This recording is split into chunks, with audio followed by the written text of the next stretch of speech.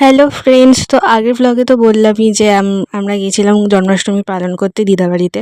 তো ওখানে সব পুজো টুজো হলো, সুন্দর করে সাজিয়েছে। তা আমরা তারপরে প্রসাদ বাটছিলাম, আমি সবাইকে প্রসাদ বিতরণ করার জন্য আমি বেড়ে টেড়ে দিলাম। আমাকে বলে বলে দিচ্ছিল যে কীভাবে কী করতে হবে কী না করতে হবে।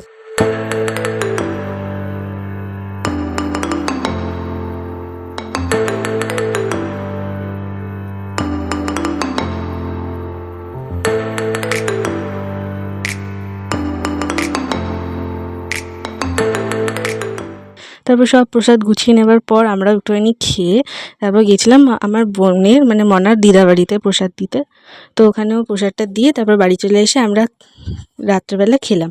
খাবারগুলো খুব সুন্দর হয়েছিল। তো এভাবেই কাটলো। ভালো থাকবেন। Thank you. টাটা।